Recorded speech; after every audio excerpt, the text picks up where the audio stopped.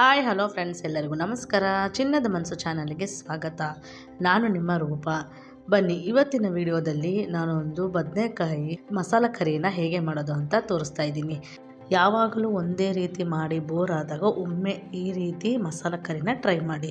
ಹಾಗಾದರೆ ತಡೆಯೋಕ್ಕೆ ಇದನ್ನು ಮಾಡೋದು ಹೇಗೆ, ಮಾಡಲು ಬೇಕಾದ ಸಾಮಗ್ರಿಗಳೇನಂತ ನೋಡೋಣ ಬನ್ನಿ. ಮೊದಲಿಗೆ ನಾನಿಲ್ಲಿ 750 ಗ್ರಾಮ್ 3/4 kg ಅಷ್ಟು ಬದನೆಕಾಯಿನ ತೊಗೊಂಡಿದ್ದೀನಿ.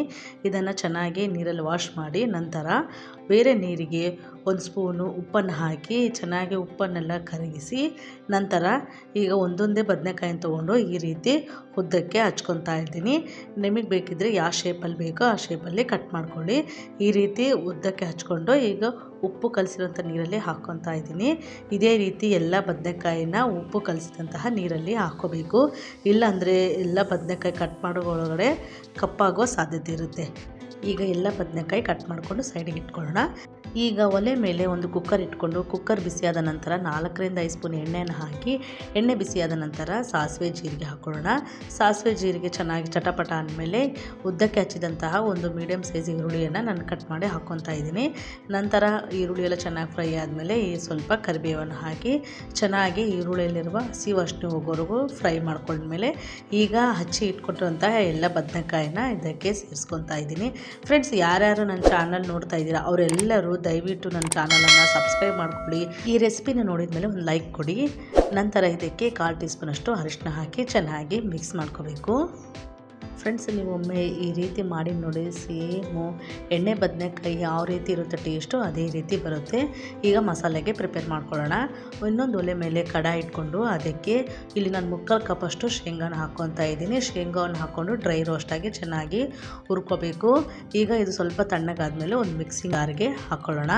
ನಂತರ ಅದಕ್ಕೆ ಒಂದು 2 ಸ್ಪೂನ್ ಅಷ್ಟು ಧನಿಯಾ ಹಾಗೆ ರುಚಿಗೆ ತಕ್ಕಷ್ಟು 2 ಸ್ಪೂನ್ ಅಷ್ಟು ನಾನು ರಾ ಸಾಲ್ಟ್ ಹಾಕ್ಕೊತಾ ಇದ್ದೀನಿ. ಈಗ ಇವೆಲ್ಲವನ್ನು ಒಂದು ಸಲ ಗ್ರೈಂಡ್ ಮಾಡ್ಕೊಳ್ಳೋಣ ನೈಸಾಗಿ.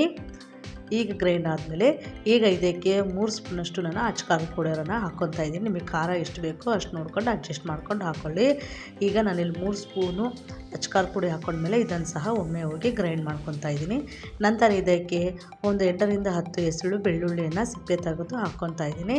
ಇದನ್ನು ಸಹ ಚೆನ್ನಾಗಿ ಗ್ರೈಂಡ್ ಮಾಡ್ಕೊಳ್ಳೋಣ. ಈಗ ನೈಸಾಗಿ ಪೌಡರ್ ಆಗಿದೆ. ಈಗ ಮಸಾಲೆ ರೆಡಿ ಆಯಿತು.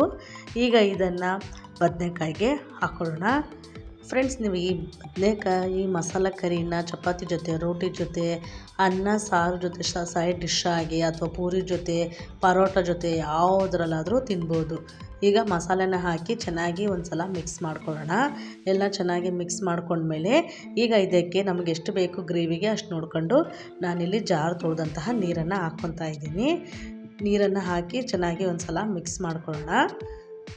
ಮಿಕ್ಸ್ ಮಾಡ್ಕೊಂಡ್ಮೇಲೆ ಒಂದು ಸ್ವಲ್ಪ ಉಪ್ಪನ್ನು ನೋಡಿಕೊಂಡು ಅಡ್ಜಸ್ಟ್ ಮಾಡಿ ಮತ್ತೆ ಹಾಕ್ಕೋಬೇಕು. ಈಗ ಲಿಡ್ಡನ್ನು ಕ್ಲೋಸ್ ಮಾಡಿ ಒಂದೇ ವಿಸಿಲ್ ಸಾಕು. 2-3 ವಿಸಿಲ್ ಹಾಕಿದ್ರೆ ಮೆತ್ತಗಾಗೋಗುತ್ತೆ. ಈಗ ಒಂದು ವಿಸಿಲ್ ಹಾಕಿದ್ಮೇಲೆ ನೋಡಿ ಪ್ರೆಷರೆಲ್ಲ ಹೋದ್ಮೇಲೆ ಓಪನ್ ಮಾಡಿ ತೋರಿಸ್ತಾ ಇದ್ದೀನಿ ಎಷ್ಟು ಚೆನ್ನಾಗಿ ಬದನೆಕಾಯಿ ಎಲ್ಲ ಚೆನ್ನಾಗಿ ಬೆಂದಿದೆ ಅಂತ. ಎಲ್ಲಿ ಸಹ ಮಿಕ್ಸ್ ಆಗಿಲ್ಲ. ಚೆನ್ನಾಗಿ ನೋಡಿ ಗ್ರೇವಿ ಸಹ ನಮಗೆ ಎಷ್ಟು ಬೇಕು ಚೆನ್ನಾಗಿ ಆಗಿದೆ. ಈಗ ಇದನ್ನು ಒಂದು ಬೌಲ್ಗೆ ಸರ್ವ್ ಮಾಡಿಕೊಂಡ್ರೆ ರೆಡಿ ಆಯಿತು ಬದನೆಕಾಯಿ ಮಸಾಲ ಕರಿ. ನೋಡಿದ್ರಲ್ಲ ಫ್ರೆಂಡ್ಸ್, ಎಷ್ಟು ಈಸಿಯಾಗಿ ಕ್ವಿಕ್ಕಾಗಿ ಹಾಗೆ ಟೇಸ್ಟಿಯಾಗಿ ಮಸಾಲ ಕರಿ ಮಾಡೋದು ಅಂತ. ಮತ್ತೆ ಮುಂದಿನ ವಿಡಿಯೋದಲ್ಲಿ ಭೇಟಿ ಆಗೋಣ.